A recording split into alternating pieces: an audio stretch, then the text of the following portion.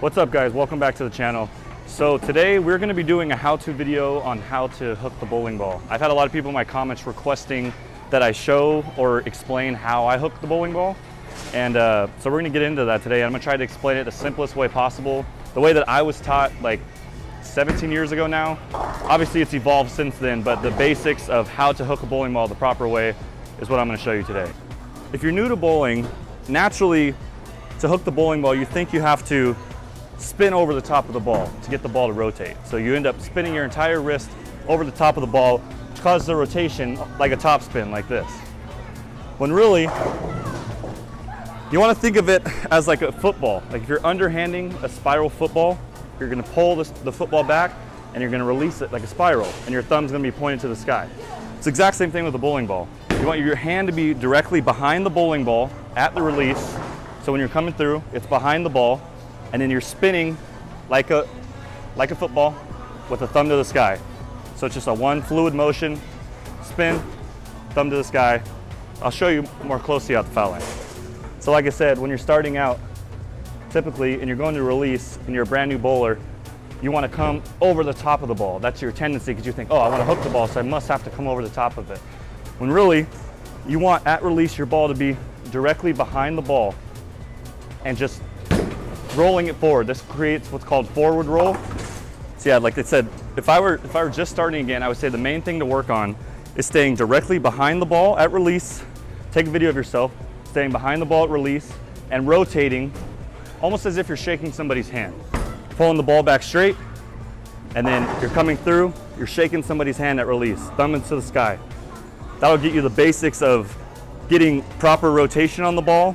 And then from there, it's just developing the wrist strength to be able to create more of like a yo-yo snap at the bottom, which all the pros do. You'll see they load up and they snap at the bottom, kind of like a yo-yo. You know, hinges and unhinges at the bottom. So here's an example.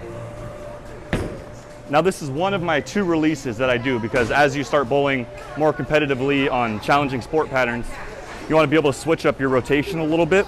So this is my standard neutral position that I call just standard forward roll. Just directly behind the ball. It's not going to create an insane amount of rotation, but it'll be enough for typically house shots and shorter patterns.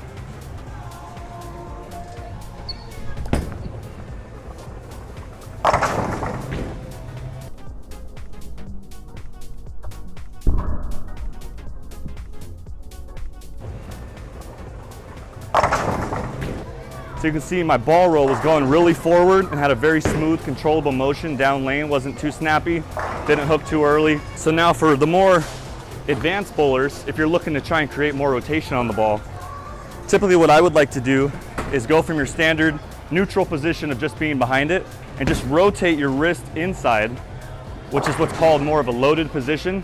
It's going to create it so you're naturally going to start spinning the ball a lot heavier. It's going to create a lot more rotation. Be good for longer patterns and when you need to slow the ball down and hook the lane a lot. So let me show you an example of that. So now I'm going to move off my last shot. We're going to turn the wrist inside to the loaded position, and we should get the ball to hook more.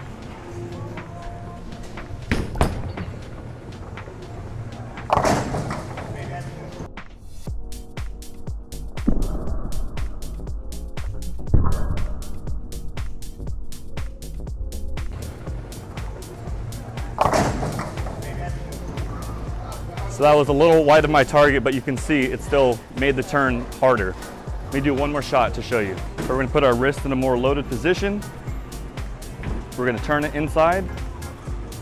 This is going to allow us to hook the lane more.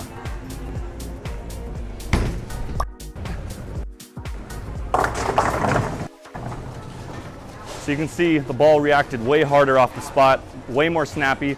This is really good when you want to open up your angles and swing the ball out more toward the gutter.